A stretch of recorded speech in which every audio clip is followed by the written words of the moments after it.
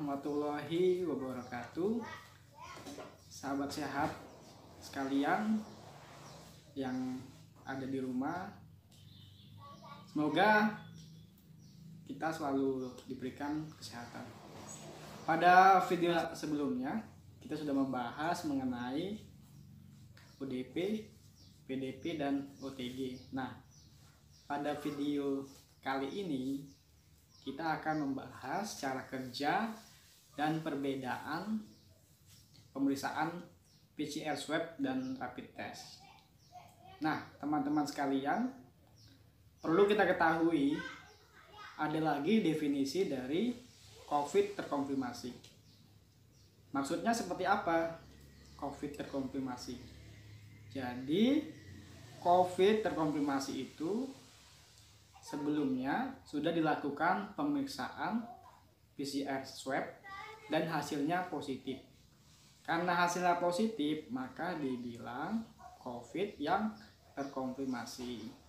Nah, sekarang bagaimana dengan pemeriksaan PCR swab itu sendiri? Pemeriksaan PCR swab itu, dia pemeriksaannya diambil cairan atau lendir di nasofaring. Nasofaring itu batas antara hidung dan tenggorokan. Setelah diambil cairan atau lendir itu, maka nanti selanjutnya akan diperiksa di laboratorium. Nah, cara kerjanya sendiri itu seperti apa ya? Cara kerjanya, PCR swab itu dia untuk melihat antigen virusnya. Nyata-nyata virusnya yang diperiksa, bukan virus yang lainnya. Terus apa bedanya dari rapid test? Nah, sedangkan rapid test itu hanya melihat antibodi virusnya saja, bukan antigen virusnya. Jadi pertanyaannya, mungkin teman-teman sahabat sehat bertanya, apa sih perbedaan dari antigen dan antibodi? Gitu.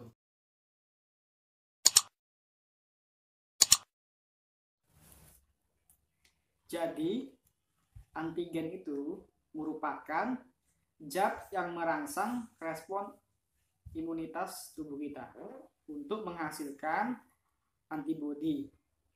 Antigen itu dapat berupa bakteri dan virus.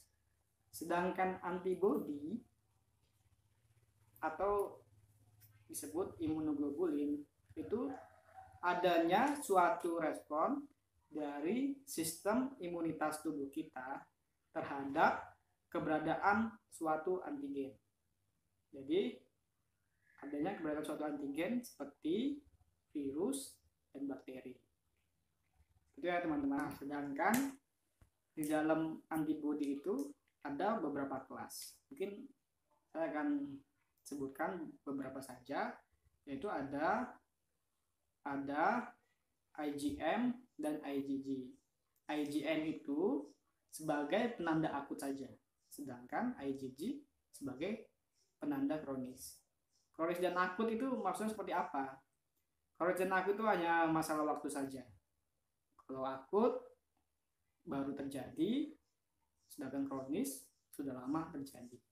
Nah, teman-teman, tapi sebenarnya rapid test itu sifatnya sangat spesifik. Kenapa dikatakan sangat spesifik? Karena virus COVID itu hanya virus COVID saja yang diperiksa, bukan virus-virus yang lain. Oke teman-teman, jadi rapid test itu sangat spesifik, yang diperiksa hanya virus COVID-nya saja, bukan virus-virus lain.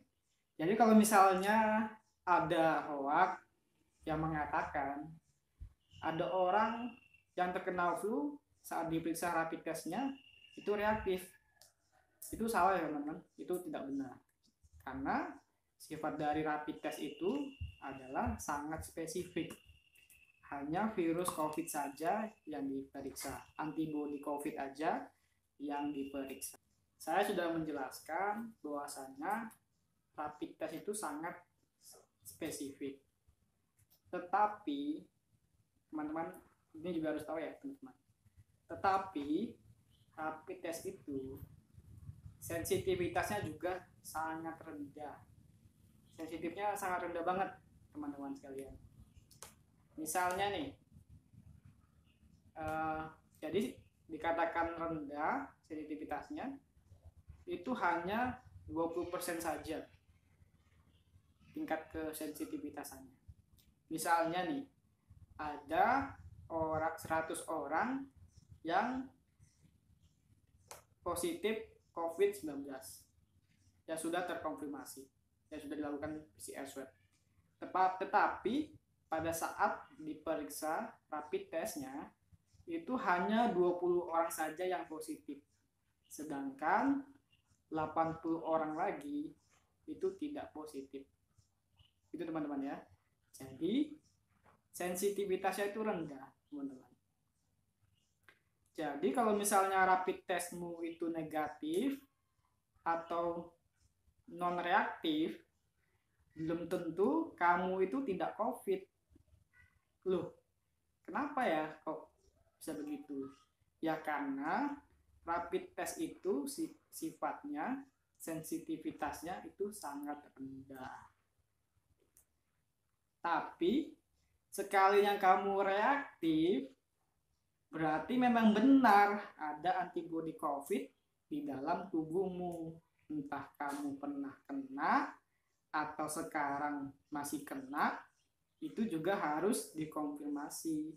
Dikonfirmasi gimana? Ya dikonfirmasi dengan pemeriksaan PCR swab.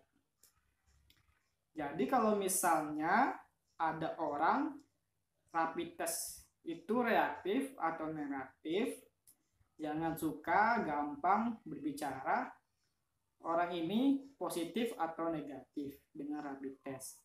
Karena belum tentu hasilnya seperti itu. Karena rapid test tadi sensitivitasnya sangat rendah. Nah, dan rapid test itu juga tidak bisa menentukan dia itu terkonfirmasi COVID atau positif COVID, karena kan cuma antibodinya saja yang diperiksa.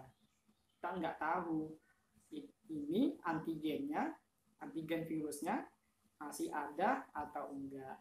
Makanya orang-orang yang rapid testnya reaktif itu harus di swab, harus diperiksa PCR swab untuk dicek ada tidaknya antigen virusnya di dalam tubuhnya.